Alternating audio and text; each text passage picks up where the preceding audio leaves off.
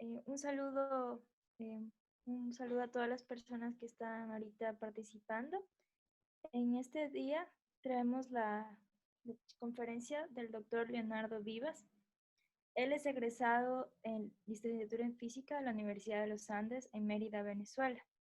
También realizó un doctorado de física en el Instituto Venezolano de Investigaciones Científicas IBIC en el Laboratorio de Física de Materia Condensada. Y hasta la actualidad ha trabajado en la caracterización estructural, eléctrica y magnética de semiconductores magnéticos diluidos. Actualmente se desempeña en un postdoctorado del Instituto Milenio de Investigaciones Ópticas bajo la supervisión del doctor Dain Singh del Departamento de Física de la Universidad de Santiago de Chile. Él está sintetizando y caracterizando nanomateriales con posibles aplicaciones en la conversión y almacenamiento de energías. Este es un poco el resumen de su trayectoria profesional. A continuación vamos a escuchar la charla que nos ha preparado. Como norma general les pedimos a todos los participantes que por favor apaguen sus micrófonos para que no haya ningún tipo de interrupción. Y asimismo, si tienen alguna pregunta durante la charla o al final de la misma, por favor escríbanla en el chat global, de manera que al final de la charla vamos a leer las preguntas en orden y el doctor Leonardo va a poder responderlas. Muchas gracias. Y continúe, doctor. Gracias por la invitación. Voy a desaparecer. Bien, bien gracias de nuevo por la invitación. Les vengo a hablar un poco de las cosas que estoy haciendo actualmente. Estoy trabajando con supercondensadores, en este caso les vengo a hablar de supercondensadores simétricos de alta densidad de energía, que son fabricados con óxido de grafeno reducido y los depuramos con nanopartículas. Antes de entrar en esto de supercondensadores, voy a hacer un poco de publicidad. Para la publicidad, quiero mostrarles en dónde estoy, qué se está haciendo en el laboratorio al que pertenezco en este momento.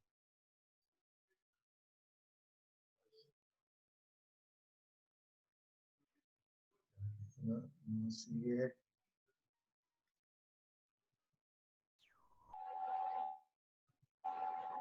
Bien. Yo estoy ahora en el laboratorio de nanosíntesis. El laboratorio pertenece al Departamento de Física de la Universidad de Santiago de Chile, bajo la dirección del doctor Dinesh Patra.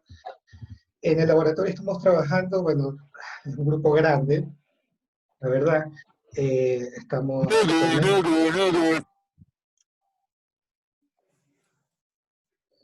Estamos actualmente 2 postdocs, hay 2 estudiantes de doctorado, hay 6 tesistas de pregrado. ¿Sí?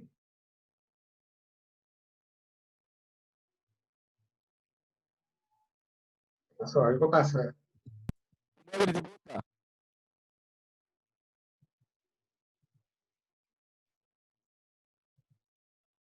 Perdón, ¿qué pasa?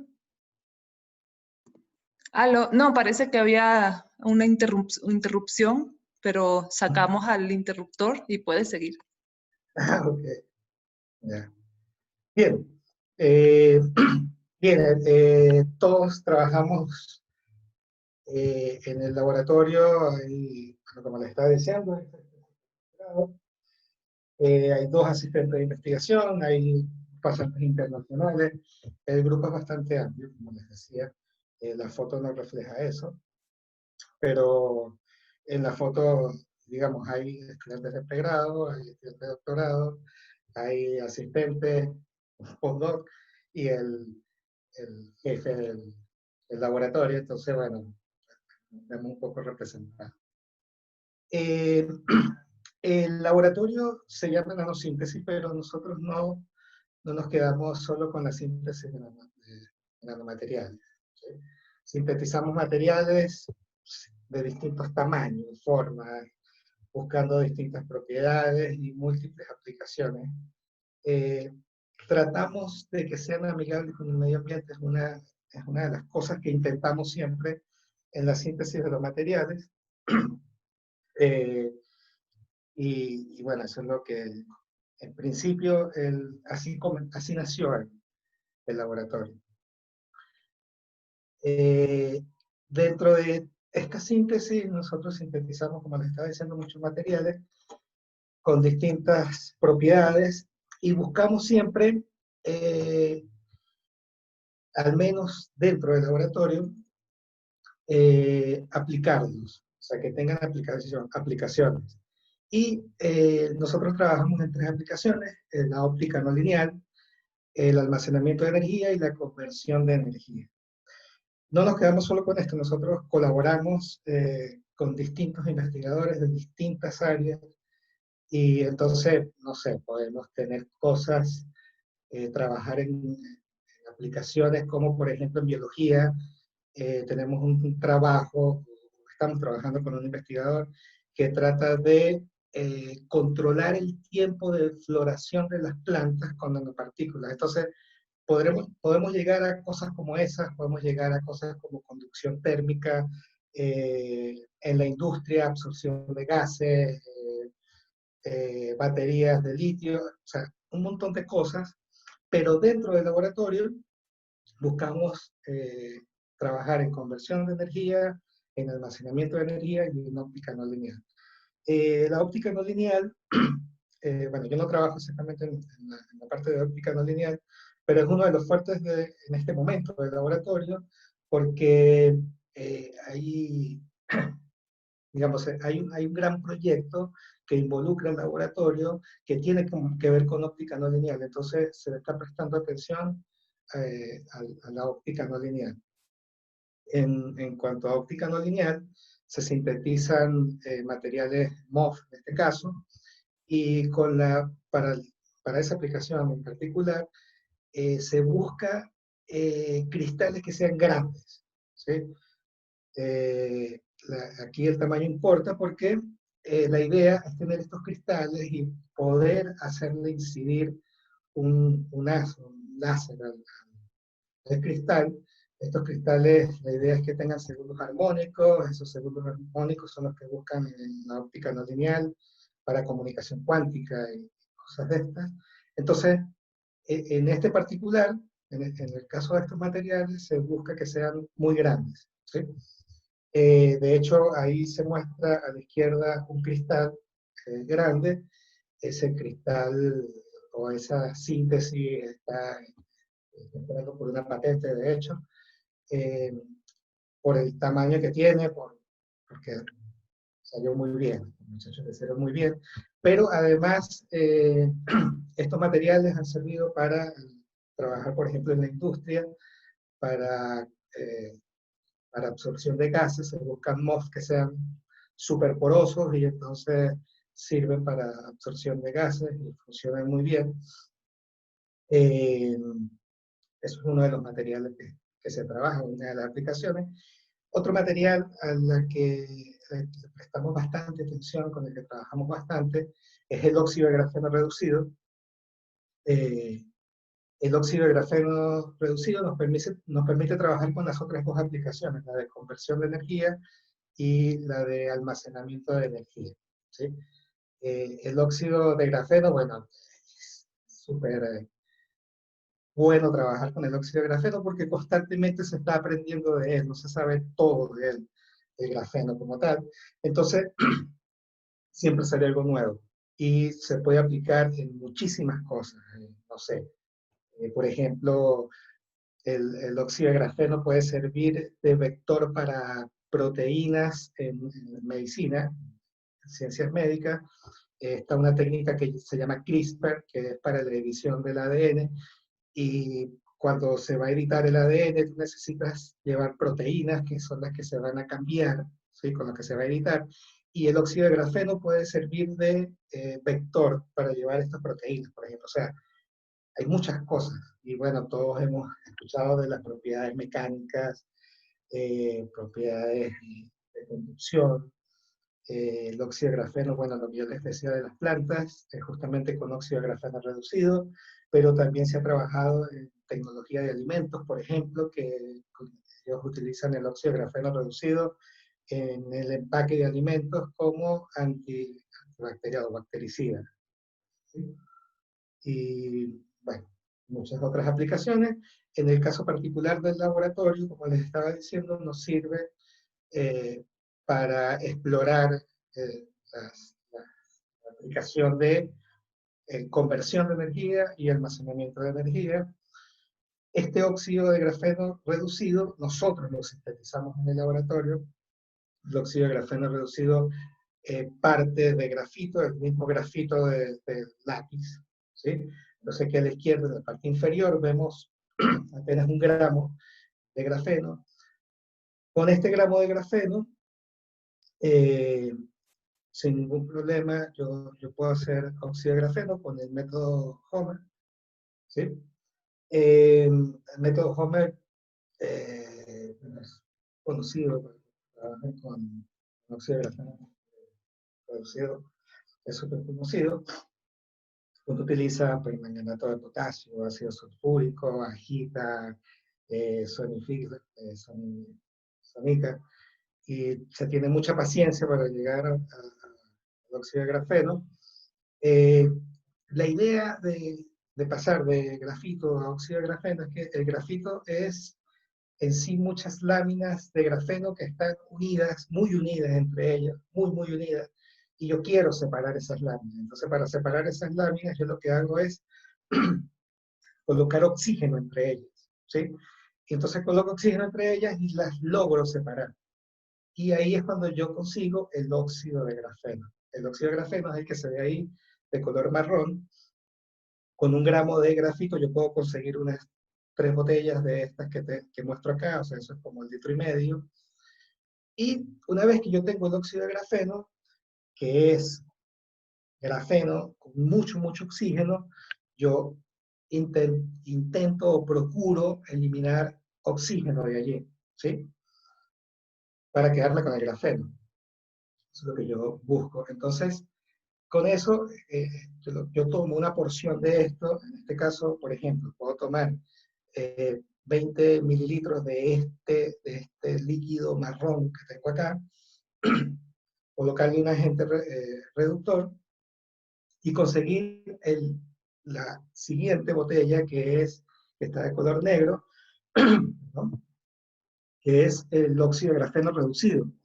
Luego de que le coloqué este agente reductor, y con esos 20 ml yo puedo conseguir una botella de esta.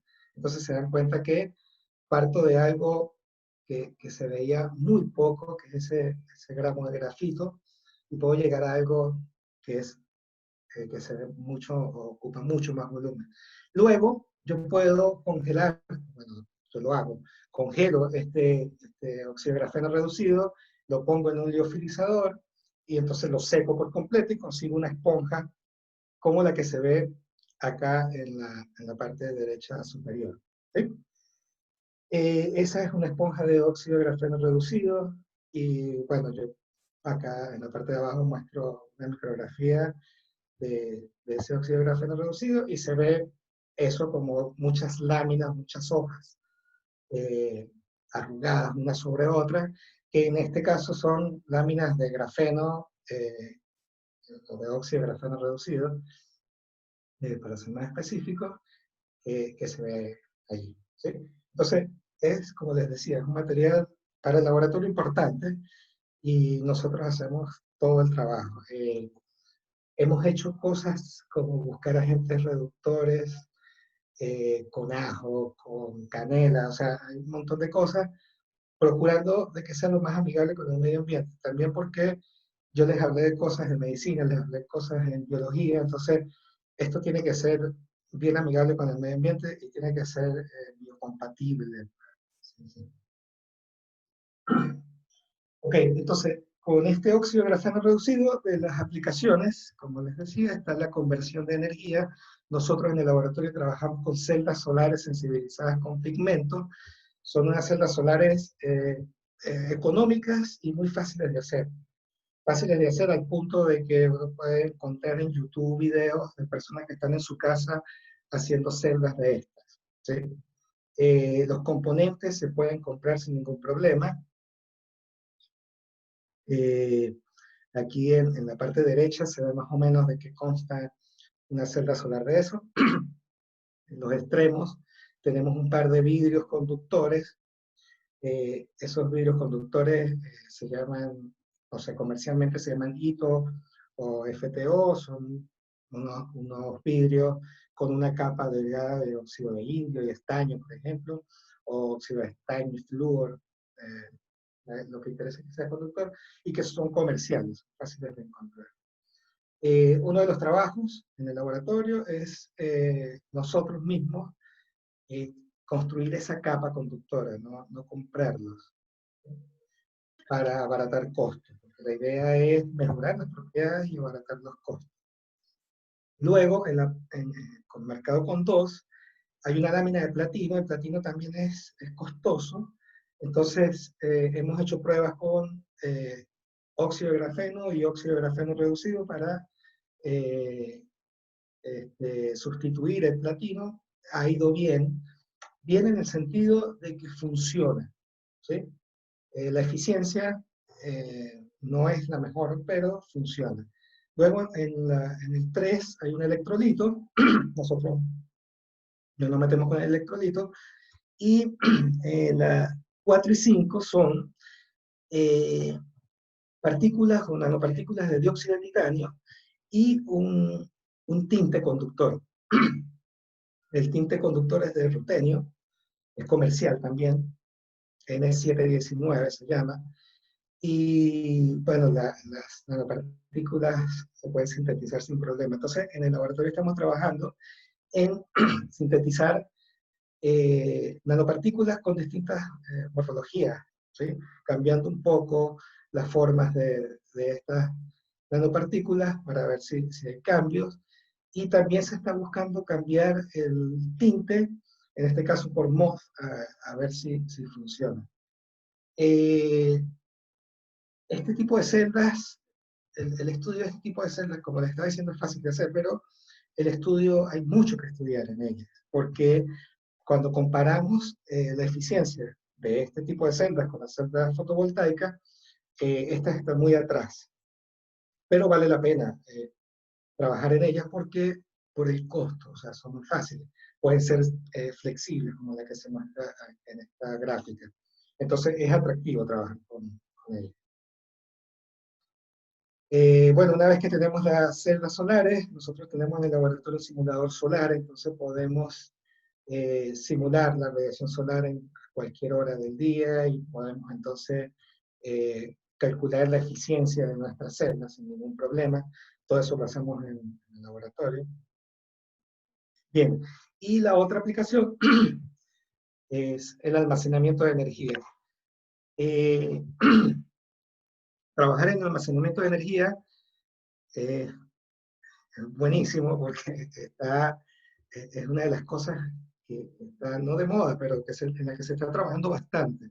Porque la conversión de energía es muy importante. O sea, todos queremos energías limpias, todos queremos ver parques eólicos y parques con celdas solares, parques solares que ahora se ven gigantescos, y ya dejar de depender de, no sé, de fuentes de energía que son contaminantes, como por ejemplo el carbón, que muchas centrales eléctricas todavía dependen hoy en día del carbón. Entonces, digamos, es algo en lo que se está trabajando fuertemente. Entonces, tenemos esa conversión de energía, pero sabemos que esa conversión de energía, por ejemplo la solar, no es constante. Ahí el sol, por lo general, el sol, por lo general no, el sol no está a 24 horas del día, y entonces cuando yo necesito la energía, no tengo la luz solar, por ejemplo, en las celdas solares, y entonces la necesidad de almacenar esta energía es importante, interactivo que trabajemos en ello. Lo mismo pasa con la energía eólica. No es constante, hay picos. Entonces tenemos que almacenar esta energía y distribuirla en el momento en que se necesita. Por eso que nosotros trabajamos en supercondensadores, y es de lo que ahora sí les vengo a hablar de las cosas que yo he conseguido, que hemos conseguido en el laboratorio trabajando con estos supercondensadores. En este caso son supercondensadores simétricos con alta densidad de energía y fabricados con el óxido de grafeno reducido del que yo les hablé anteriormente y decorado con nanopartículas. Entonces, adelantándome un poco, yo quiero mostrarles dos formas de decorar el óxido de grafeno reducido, dos formas que he usado y con las que yo he podido conseguir fabricar supercondensadores simétricos y con los que he encontrado muy buenos resultados en cuanto a densidad de energía. Bueno, bien, los supercondensadores son muy simples. Los supercondensadores son sistemas de almacenamiento de energía, en este caso.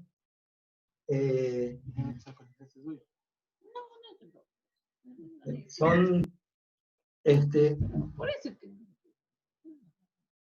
este caso, son dispositivos electroquímicos, pero su funcionamiento no es electroquímico. O sea, no hay reacciones electroquímicas, redox, ¿sí? Ellos trabajan en particular con electroestática, entonces se asemejan bastante, bueno, por eso se llama supercondensador, a los condensadores, y constan, aquí en la parte izquierda se ve un esquema de un supercondensador, son un par de electrodos, en este caso hechos de carbón activado, ¿sí? Y en medio de ellos hay un electrolito. Entonces, si hay una diferencia de potencial entre esos dos electrodos, yo puedo hacer, así como en los condensadores, en los capacitores, hay una polarización, aquí también se ve esa especie de polarización en la interfaz entre el electrolito y el electrodo. Entonces, en este caso, se trabaja con carbón activado y nosotros con óxido de grafeno reducido, porque el área superficial de estos materiales es gigantesca y el efecto de la interfaz entre el electrolito y el electrodo se potencia con el área superficial y el efecto electrostático se potencia y por lo tanto la carga que se almacena es mucho mayor, ¿sí? Bien, entonces eso es más o menos lo que es el supercondensador.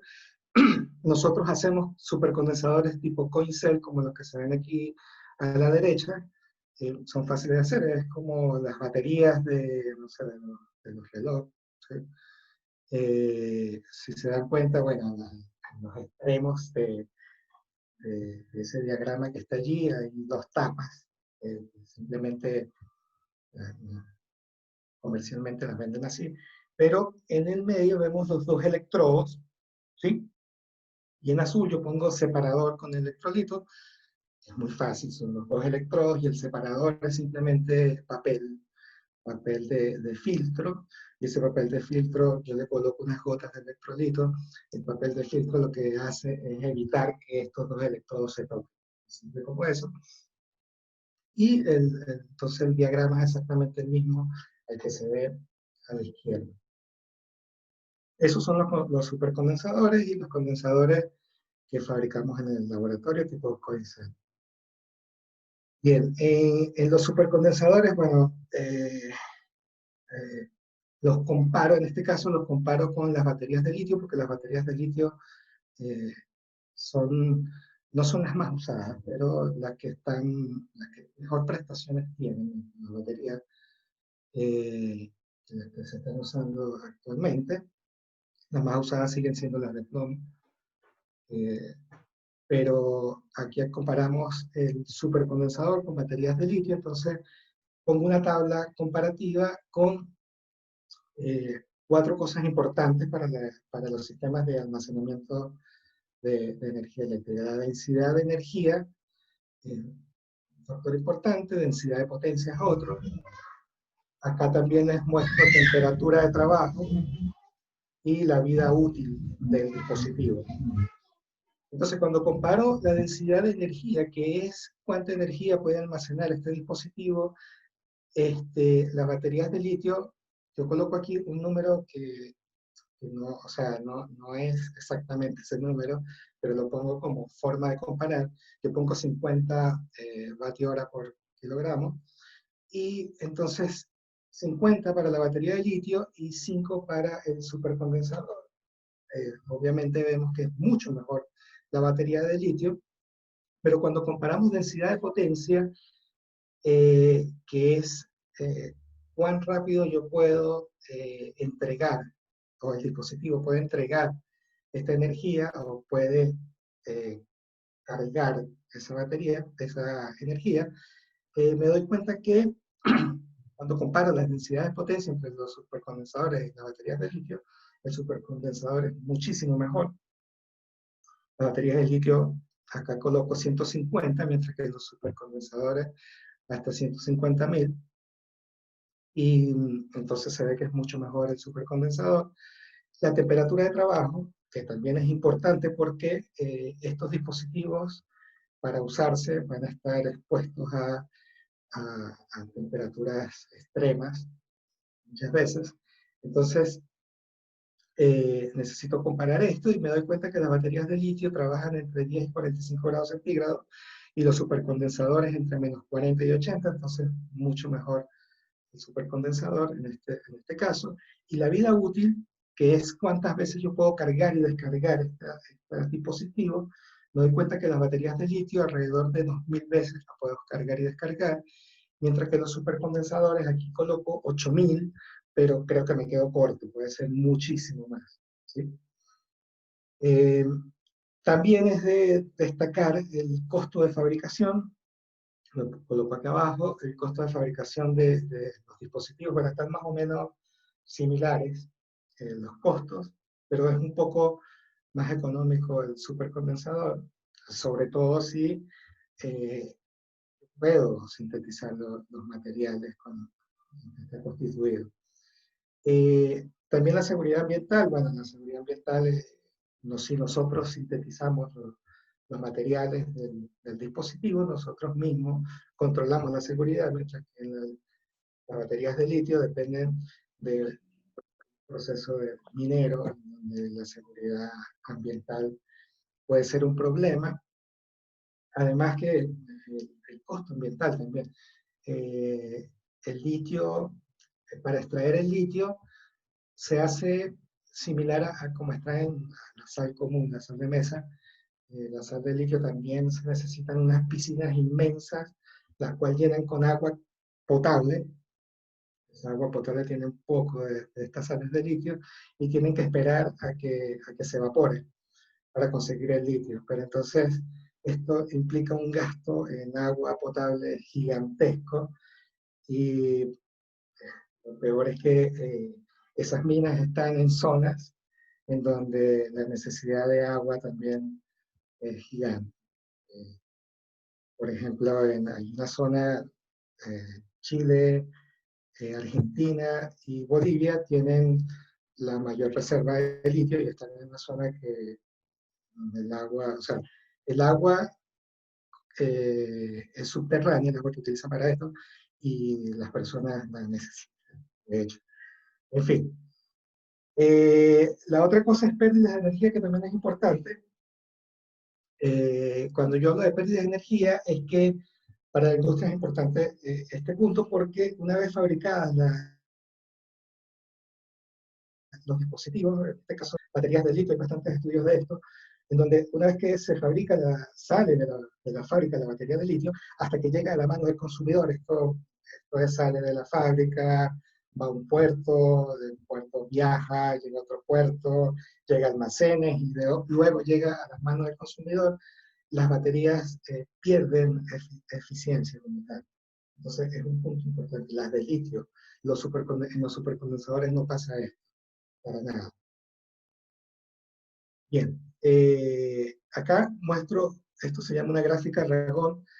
Es una forma de comparar estos sistemas estos dispositivos de almacenamiento de energía, compara las densidades de energía, densidades de potencia de los dispositivos. Entonces vemos, en los extremos tengo los capacitores, tengo celdas de combustible.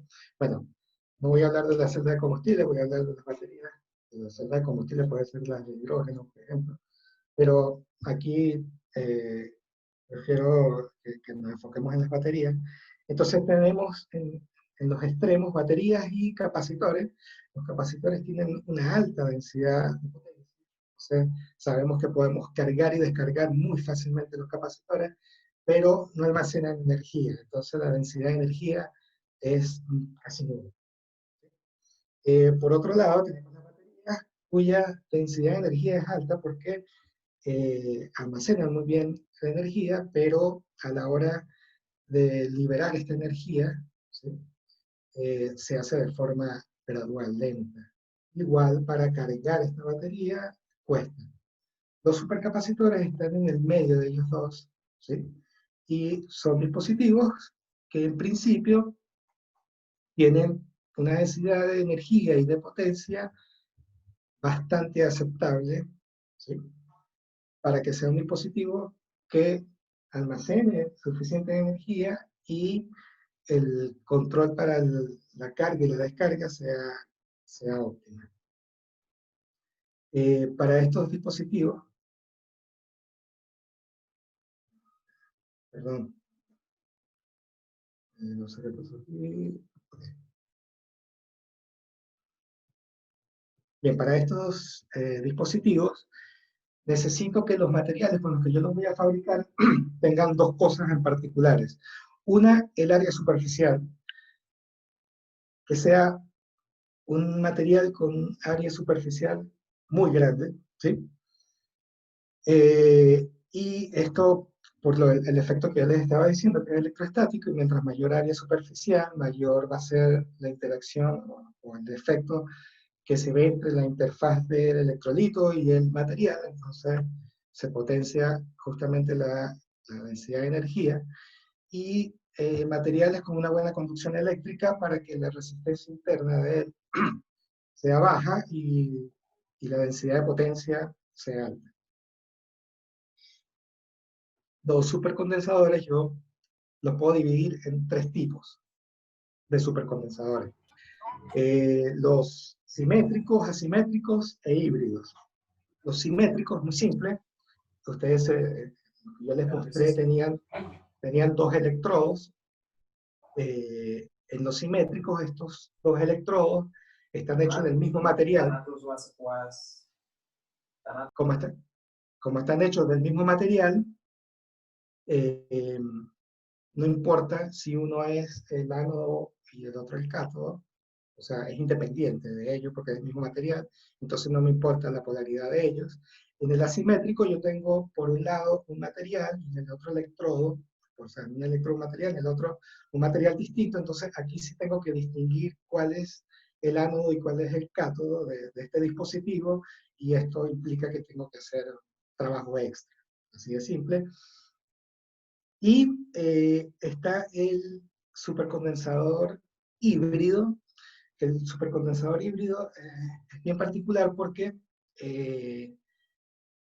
trabaja en un mismo dispositivo, trabaja tanto como supercapacitor y como batería. O sea, dentro del dispositivo, cuando yo hago el estudio, yo puedo ver el efecto electrostático, pero también el efecto electroquímico. Puedo ver reacciones redox en el estudio. Entonces se puede comportar al mismo tiempo como supercapacitor y como batería. Entonces son bien importantes, y además es a lo que se apunta en el futuro, a buscar dispositivos de este tipo.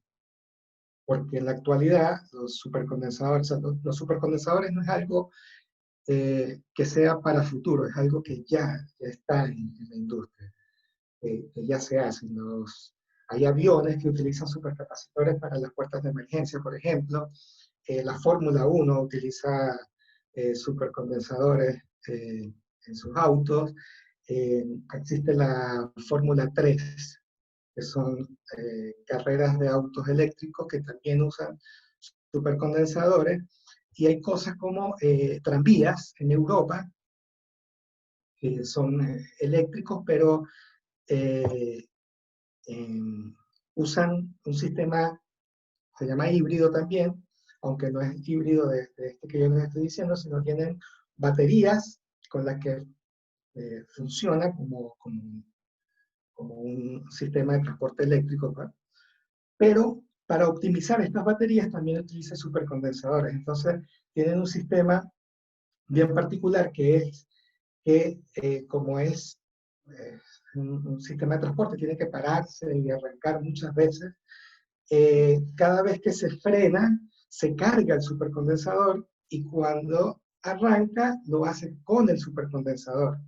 Entonces, ese gasto energético del arranque lo hace el supercondensador y una vez que arrancó, empieza a trabajar la batería. Esto optimiza muchísimo el sistema de transporte, en este caso, porque deja de necesitar baterías que son muy, muy pesadas. ¿Sí? Eso es un sistema híbrido que ya está. Entonces, a lo que se apunta es a eso, conseguir sistemas híbridos o dispositivos híbridos. Entonces, de los supercondensadores de los que yo les vengo a hablar, que son los simétricos, los hacemos con óxido de grafeno reducido. Nosotros trabajamos bastante con el óxido de grafeno reducido por el área superficial y porque nos ha ido bien. La idea, en este caso, antes de mostrarle esto, la idea es partir del óxido de grafeno reducido como el material, digamos, base para hacer el dispositivo y decorarlo con nanopartículas. Entonces yo les voy a hablar de dos formas en las que decoramos este óxido de grafeno reducido. ¿Sí? La primera es in situ, eso es que en el mismo momento en que yo estoy sintetizando las nanopartículas, yo estoy reduciendo el óxido de grafeno.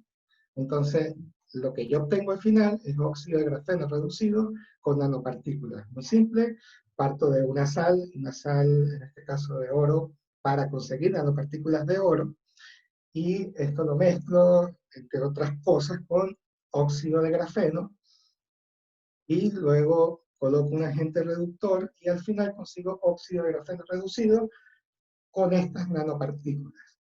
A este óxido de grafeno reducido, que es el que se ve aquí a la derecha, yo lo lavo. Esto hay que, como les decía, hay que lavarlo. Esto se coloca en beakers, los beakers más grandes que uno pueda tener. Le coloca mucha agua destilada, espera que decante, quito el agua destilada, vuelvo a colocar agua, y eso lo hago varias veces hasta que elimino los restos de sales y cosas indeseadas, y me quedo solo con las nanopartículas y el óxido de grafeno reducido.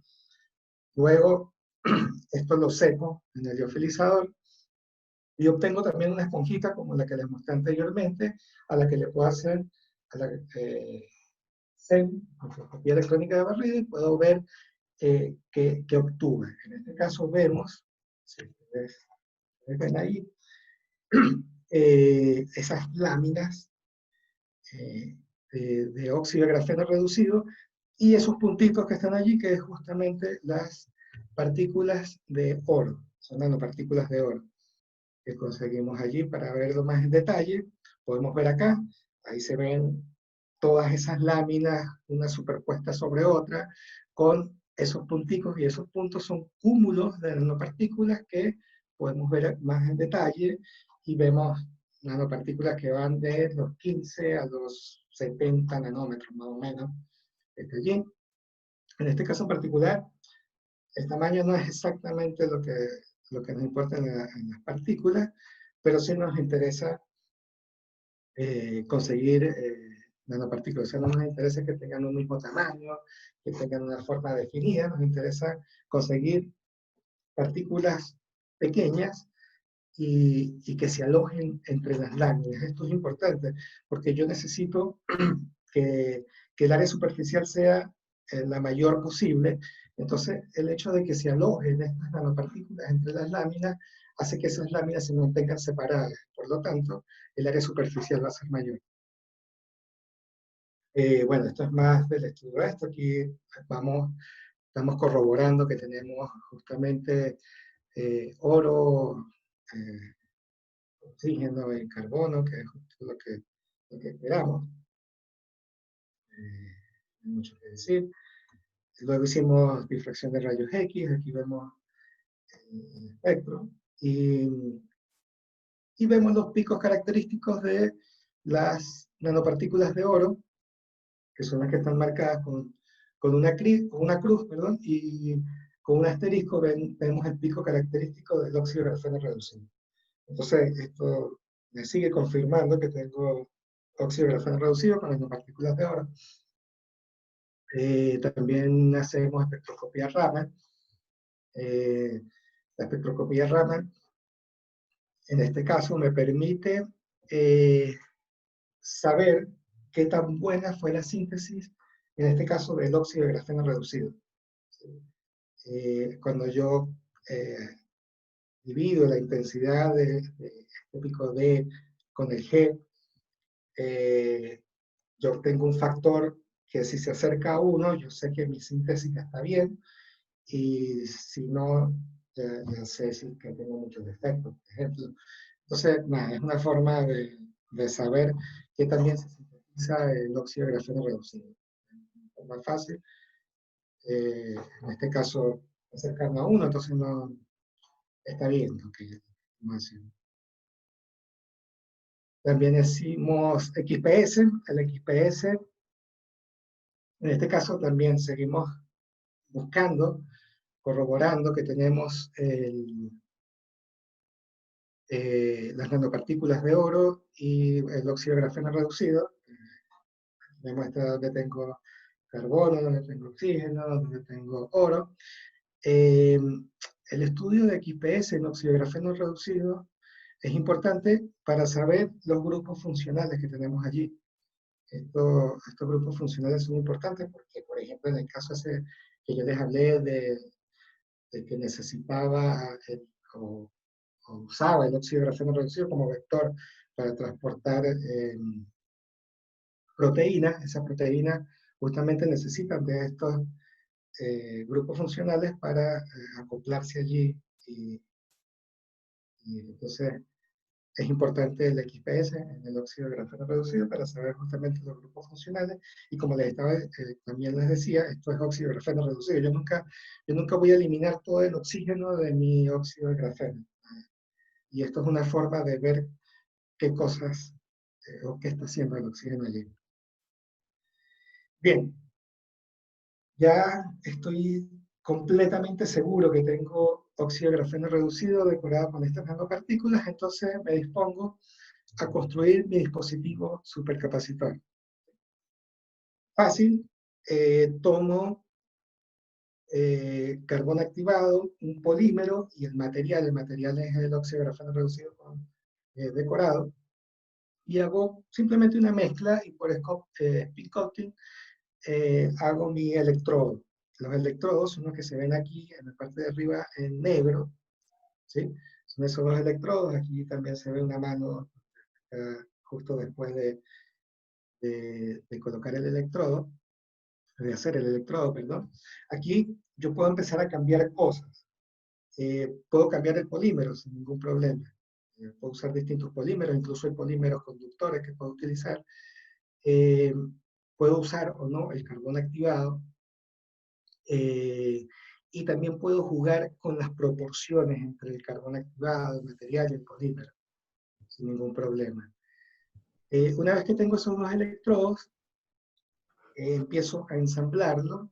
Y cuando voy ensamblando, yo primero coloco un electrodo en una de las tapas del coil set, y luego coloco el papel filtro, que es el separador, y sobre ese separador coloco unas gotas de electrolito. Aquí hay otra cosa que podría cambiar, que podríamos variar, y es el tipo de electrolito o, no sé, la molaridad del electrolito. Yo utilizo KOH a 6 molar, pero puedo usar, no sé, 2 molar o hasta 10 molar se podría usar. ¿Sí? Y el resultado es una batería que tengo acá, como la que se muestra acá, y ese es mi dispositivo, mi supercapacitor. Así de fácil se hace. Luego empiezo a caracterizarlo. Lo primero que hago es una voltametría cíclica. La voltametría cíclica, acá coloqué un rectángulo, si ustedes se dan cuenta, un rectángulo acá que encierra a las otras gráficas. Ese rectángulo es lo que sería el comportamiento teórico sí, de un supercapacitor. El capacitor ideal tendría esa curva de voltametría cíclica.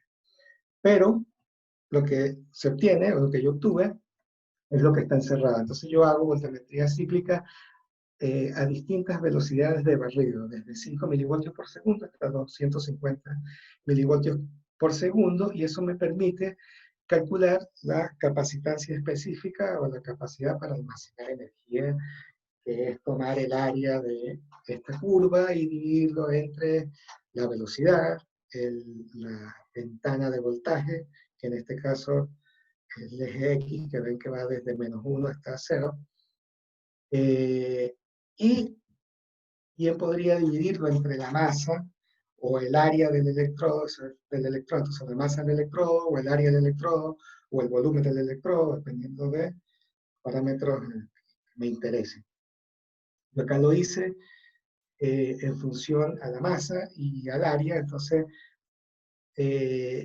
obtuve las gráficas de capacitancia específica en función a la velocidad de barrido, y vemos que se comporta, este es el comportamiento típico de un supercapacitor, ¿sí? La capacitancia, cómo se comporta en función a la velocidad de barrido. Ya esto lo puedo comparar con resultados de otros dispositivos sin ningún problema. Y bueno, también hacemos espectroscopía de impedancia al dispositivo que fabricamos. La espectroscopía de impedancia me permite modelar un circuito equivalente para mi dispositivo. Eso, sin ningún problema. Yo puedo saber cuál es el circuito equivalente a esto. Tiene, bueno, un capacitor, una resistencia interna y resistencia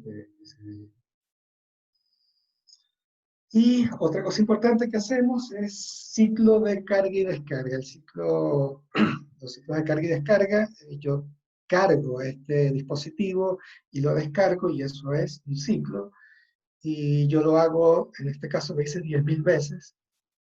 Entonces, yo tengo 10.000 ciclos de carga y descarga y veo cómo se comporta en el tiempo mi dispositivo. Entonces, acá en la gráfica de color negro vemos el ciclo 5 de carga y descarga, y en rojo vemos el ciclo 9990 de carga y descarga.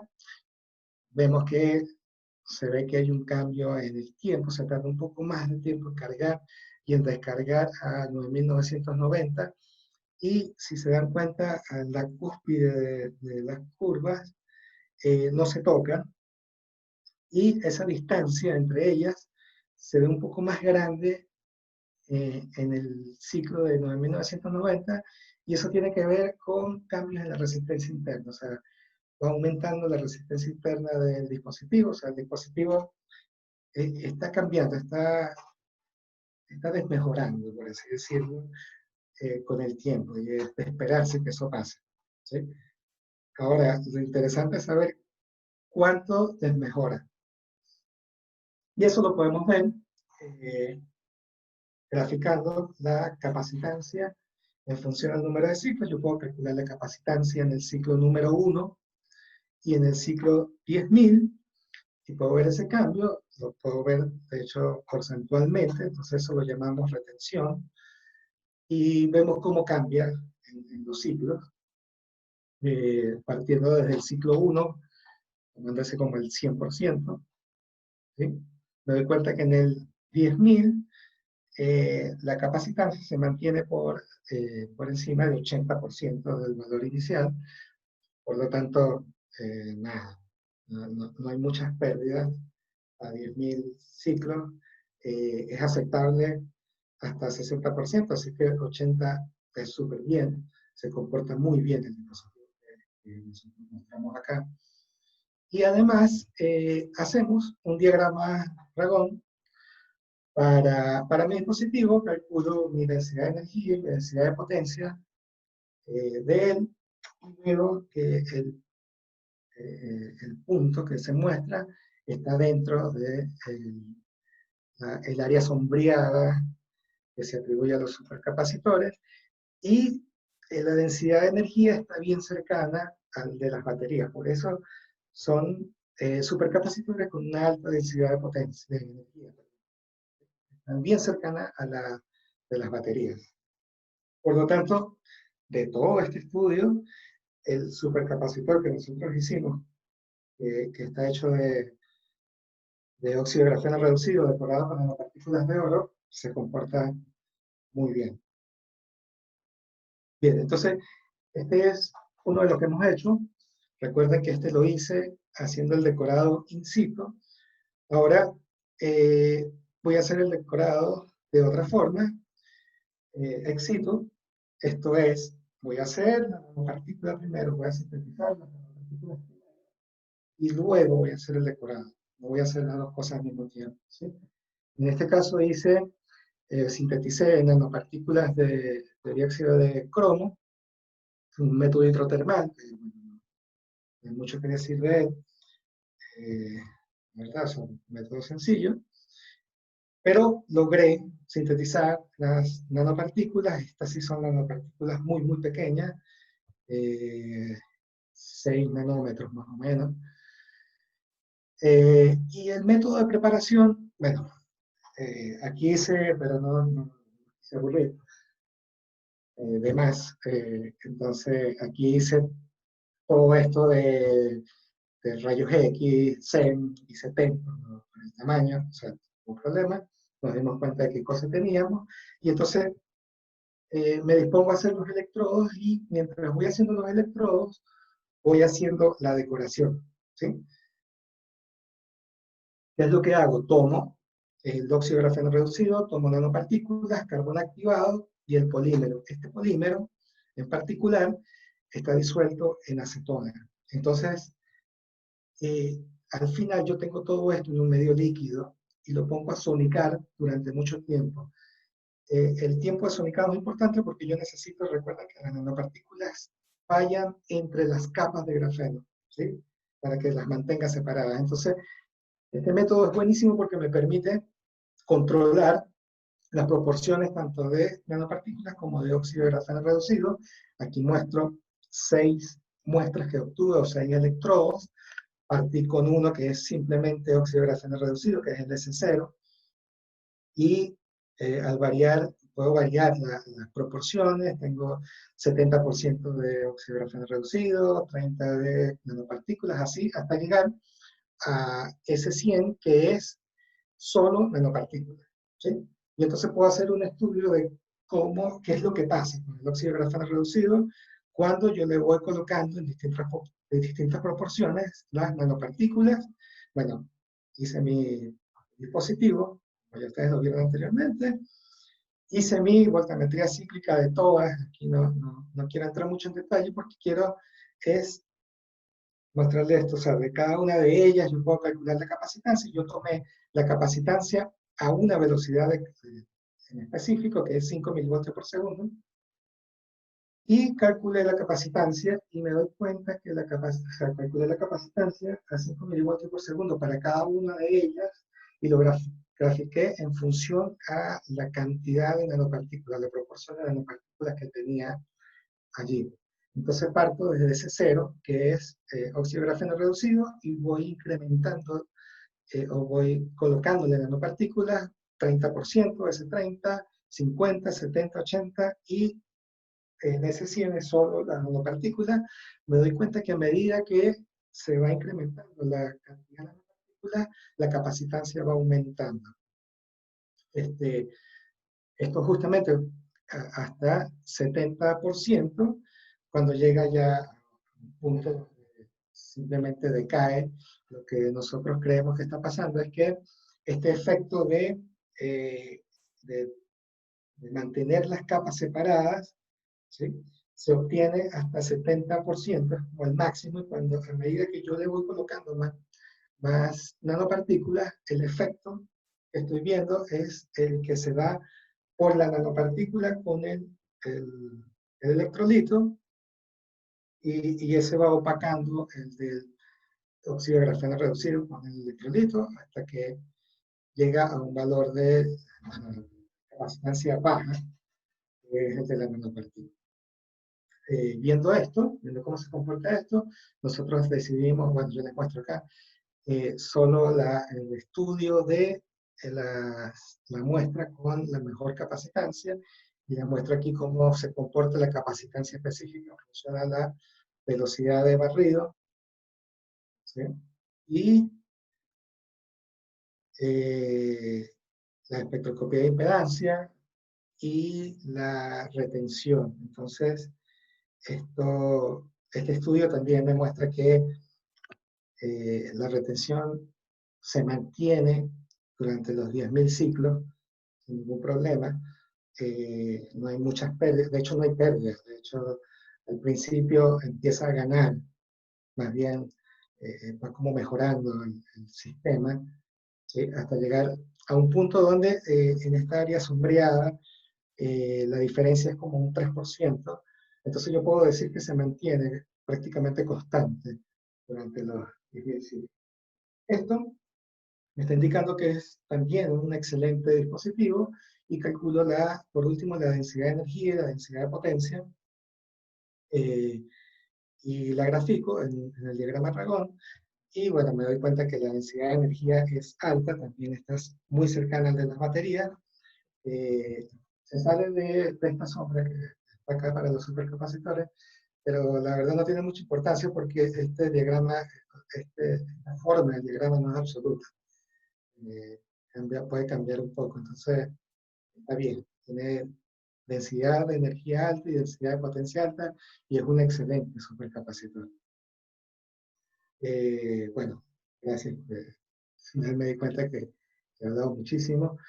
Primero agradecerles el que me hayan escuchado, y decirles desde ya que estamos a la orden acá. Una de las políticas del laboratorio es colaboración y colaboración, entonces estamos a la orden siempre. Y lo mismo para estudiantes, hay bastantes oportunidades tanto en la universidad como en el laboratorio. Las fuentes de financiamiento de la universidad y del laboratorio son importantes, entonces hay facilidades para muchos. Así que bueno, gracias y espero sus preguntas. Muchas gracias, doctor Leonardo.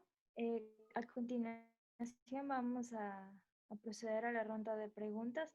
Ya tenemos algunas preguntas en el chat grupal, entonces voy a leerlas. Y si alguien más tiene preguntas, también puede empezar a escribirlas. La primera pregunta es de Steven Gaona.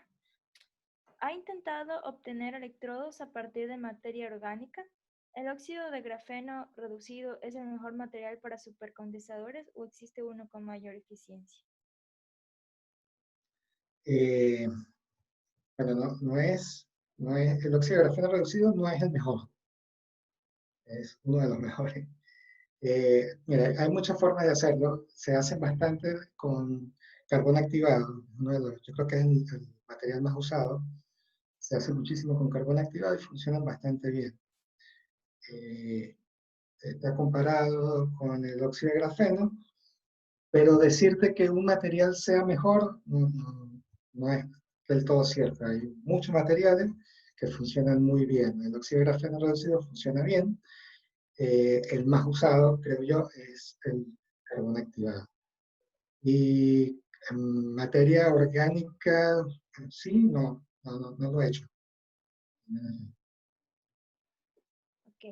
Luis Piedra hace la siguiente pregunta. Él dice, ¿por qué usar grafeno oxidado y no simplemente grafeno? Entiendo que el objetivo es tener una mayor área superficial para mejorar la eficiencia de los supercondensadores. Sin embargo, ¿no sería simplemente tener grafeno decorado con nanopartículas? Claro, el problema es tener el grafeno.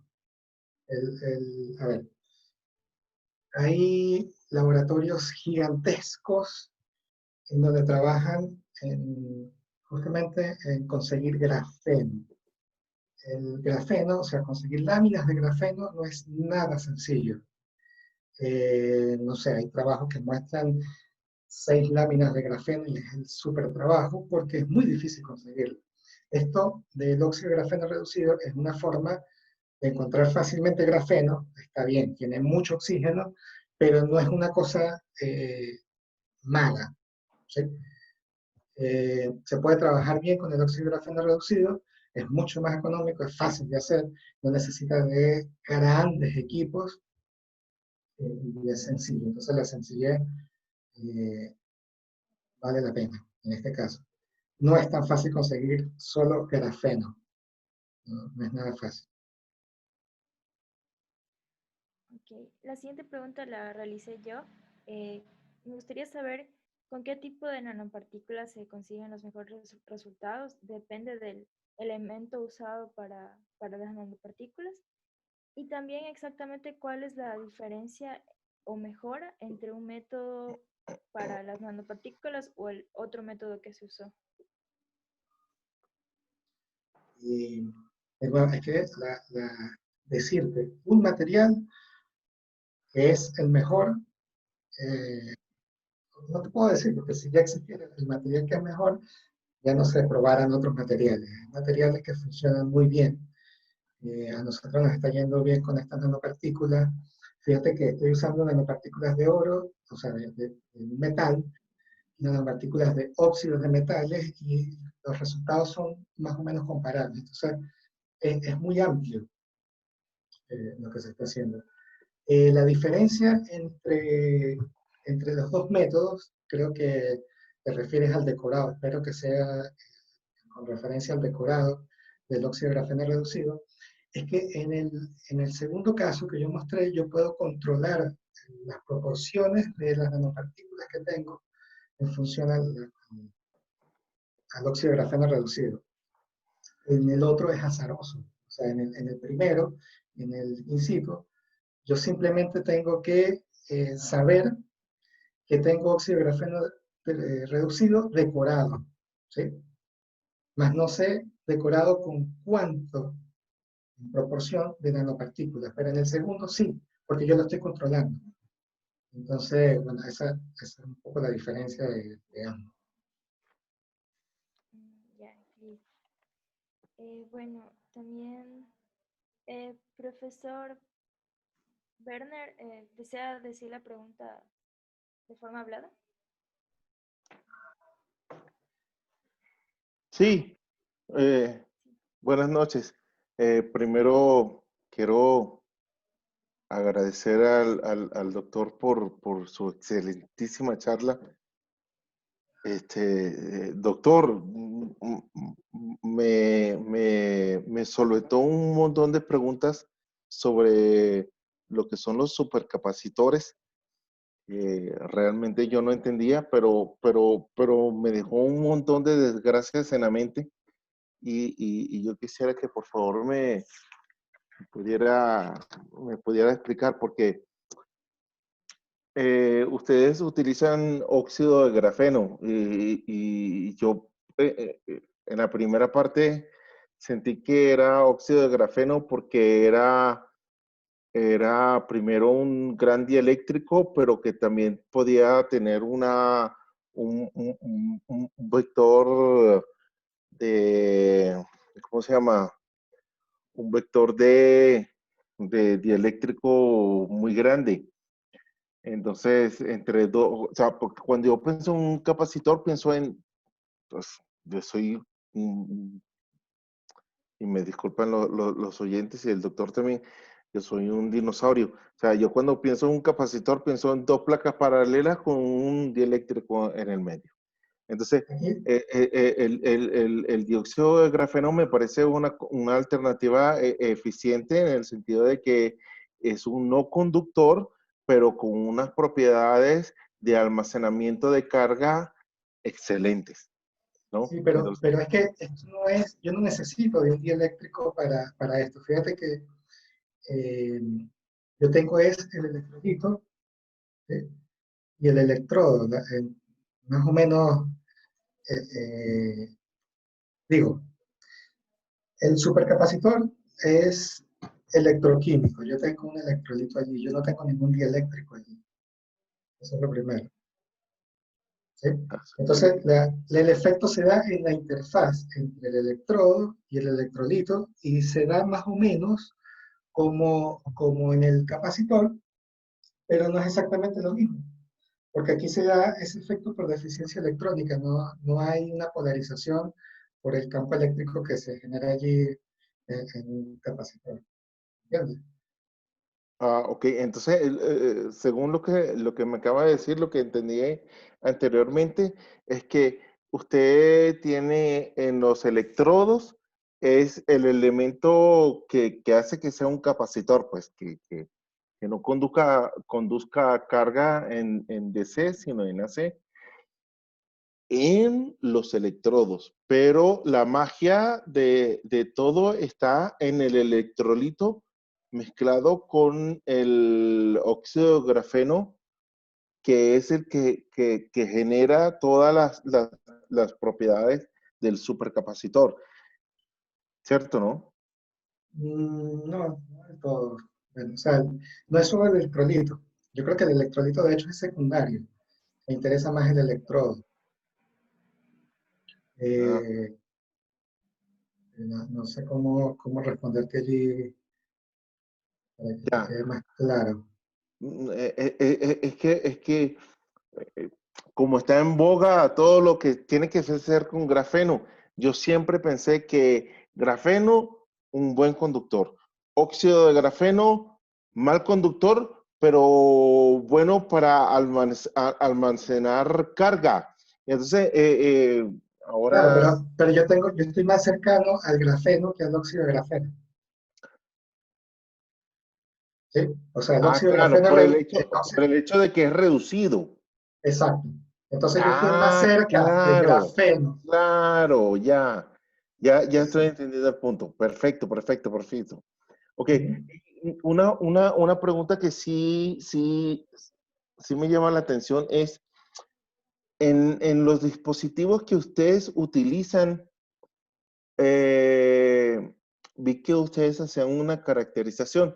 Eh, yo justamente ahorita tengo un curso con los estudiantes y le estoy,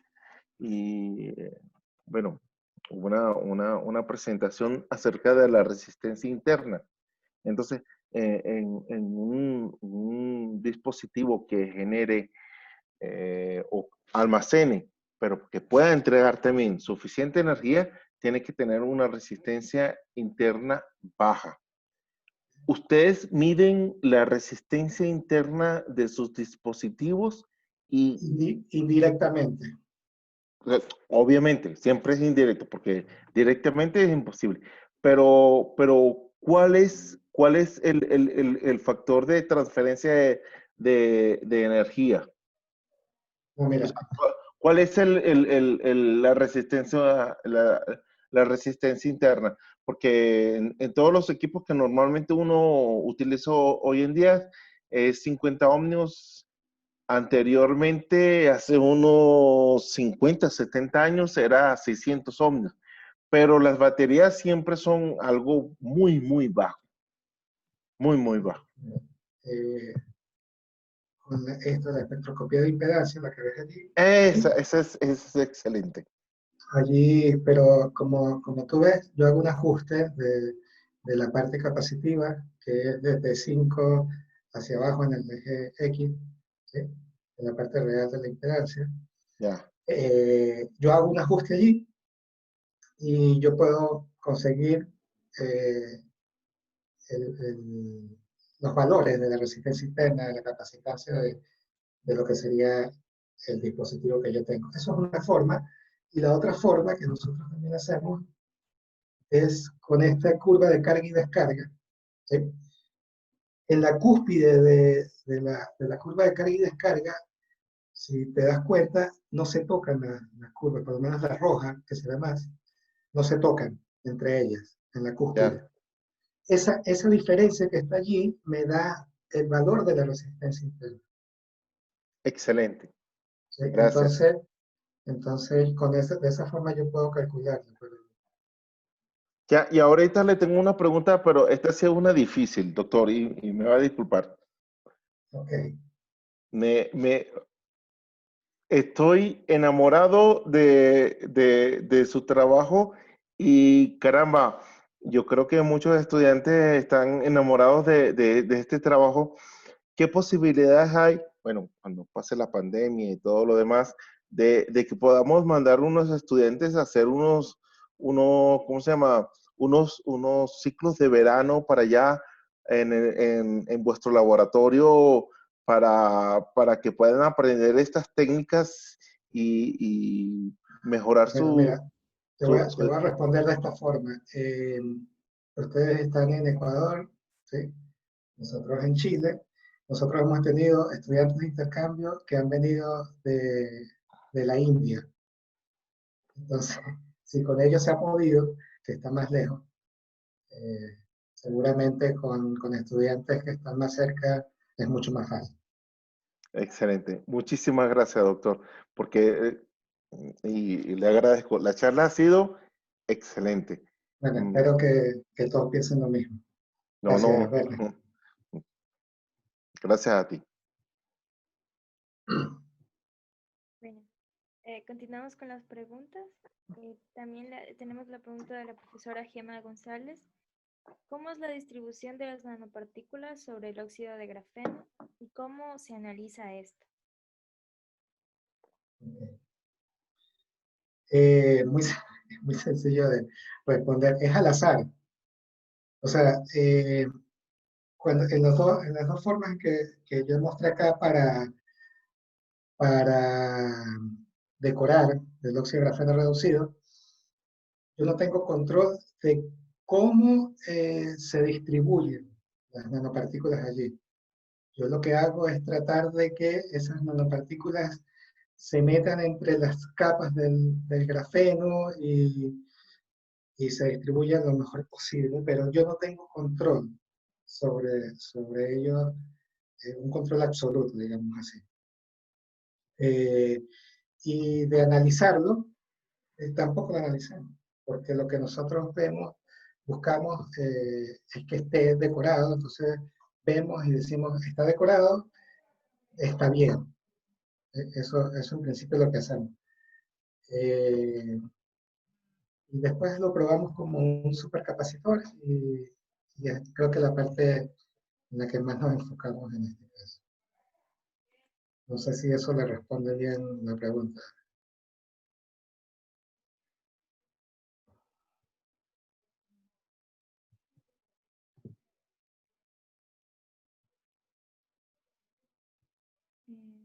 Bueno, continuamos con las siguientes preguntas. La siguiente es de Giovanni. ¿En qué materiales semiconductores has pensado para sustituir al ITO o FTO? Bueno, pero eso es, sí. Eso es de la parte de las celdas solares. Y la parte de celdas solares, lo que pasa es que es difícil. No tengo respuesta a eso. Giovanni trabaja con nosotros, yo creo que de hecho él es el que tiene mejor la respuesta. Él tiene varios semiconductores, algunos con indio, selenio, estoy tratando de recordar cuál es lo que él tiene, que están funcionando bastante bien, con los que intentamos hacer justamente estas películas delgadas. Eso. Giovanni es el que tiene mejor respuesta para eso. Listo.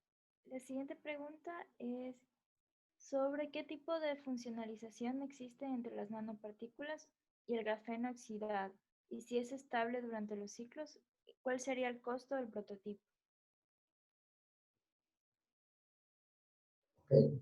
Estable sí es bastante estable. O sea, como vimos, el dispositivo como tal, con 10.000 ciclos se mantiene muy bien. Luego de 10.000 ciclos de carga y descarga, entonces hay que tomar en consideración que, por ejemplo, la batería del celular, si la cargamos todos los días, eh, en un año son 365 ciclos. ¿Sí? Yo estoy hablando de 10.000 ciclos. Eh, entonces se mantiene súper bien. Esto quiere decir que yo puedo tener un dispositivo que dure muchísimo tiempo sin ningún problema. Y, perdón, nunca me perdí. Me dices de nuevo la pregunta. Ah, el costo, perdón. Ya, el Costo, costo. sí. Sí. Mira, es de bajo costo. Lo que nosotros hacemos, en particular, que termina siendo un prototipo, es de bajo costo. Si nosotros no hemos hecho la tarea de exactamente cuántos dólares gastamos, pero si la hiciésemos, tendríamos que pensar, por ejemplo, fíjate que yo hago la síntesis de todos estos materiales, yo tomo parte para hacer celu, parte para hacer rayos X, varias cosas, entonces voy perdiendo material. Hay otro que me queda aquí, porque uno siempre cuando sintetiza le queda. Entonces, si yo hiciera el trabajo o la tarea de, con todo el material que sinteticé, ver cuántas baterías obtengo, sé que el costo es bajo. ¿Sí? Pero cuánto exactamente no puedo decirlo porque no lo he hecho. Porque no estamos trabajando, no vamos a llevar una propuesta en la industria de, mira, toma y fabrícalo. Hasta ahora no hemos llegado a eso, entonces no hemos hecho esa tarea. Así es. Listo. La siguiente pregunta es de Carlos Mendoza. De acuerdo a su experiencia, ¿cuál sería el mejor agente reductor en términos de eco-friendly para producir óxido de grafeno reducido? ¿Y Ok. cómo este mejora el almacenamiento de energía del supercapacitor? Sí, yo creo que el mejor, o por lo menos con el que nosotros estamos trabajando bastante, es el ácido ascórbico, que es el que yo mostré allí. El ácido ascórbico, o sea, ustedes toman cualquier empaque de una galleta o cualquier cosa y tiene ácido ascórbico. El ácido ascórbico es súper utilizado, es muy económico y funciona muy bien como agente reductor para el óxido de grafeno reducido. En cuanto a si mejora o no el funcionamiento de los dispositivos, es irrelevante, la verdad, porque o sea, mientras funcione bien, mientras la calidad del óxido de grafeno reducido sea buena, en este caso si lo vemos por Raman además, y está bien, funciona. Entonces, no es tan determinante a la hora del dispositivo el agente reductor. A la hora de reducir el óxido de grafeno, sí es importante y a nosotros particularmente, estamos trabajando muy bien con el ácido ascórbico, que también pensamos que es amigable con el medio ambiente y nos está funcionando bien. De hecho, el estudio ese que tenemos con las personas de biología que están haciendo controlando el tiempo de floración de las plantas, ellos lo hacen con el óxido de grafeno reducido que nosotros hicimos con ácido ascórbico y las plantas están bien. No les ha pasado nada raro.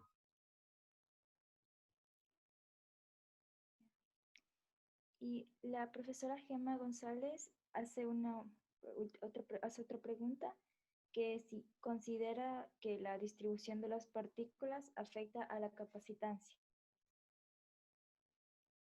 Sí, Sí, por supuesto, porque si yo tuviese un gran aglomerado de nanopartículas solo en un lugar de muestra como tal, no se distribuye, digamos, medio homogéneamente en el óxido de grafeno, no, la capacitancia va a bajar muchísimo porque el área superficial no va a ser tan alta como yo estoy esperando y los efectos de capacitancia se van a dar más por las nanopartículas como tal, ¿sí? Cuya área superficial no va a ser tan grande como la del óxido de grafeno reducido. Entonces, sí es importante porque si se aglomeran todas en un solo lugar, si son muy aglomeradas, no, no va a, no le va a hacer bien al funcionamiento del dispositivo. Bien. Por cuestiones de tiempo, esta fue la última pregunta y ya vamos a dar por terminada la charla. Doctor Leonardo, estoy segura que hablo por todos en decir que fue realmente una charla bastante interesante. Muchas gracias por su tiempo y por compartirnos su investigación. Muchas gracias a todos por darse el tiempo para asistir. Como Asociación de Física vamos a seguir organizando este tipo de eventos y están todos invitados. Y muchas gracias otra vez, doctor. Gracias a ustedes por escucharme. Ahí está mi correo. Me pueden hacer cualquier pregunta y estamos a la orden, como les comenté. A los conocidos, saludos y bueno saber de ustedes. Gracias a todos y espero saber de ustedes y que me hagan las preguntas. Yo les respondo sin problema. Listo. Buenas noches a Gracias. todos.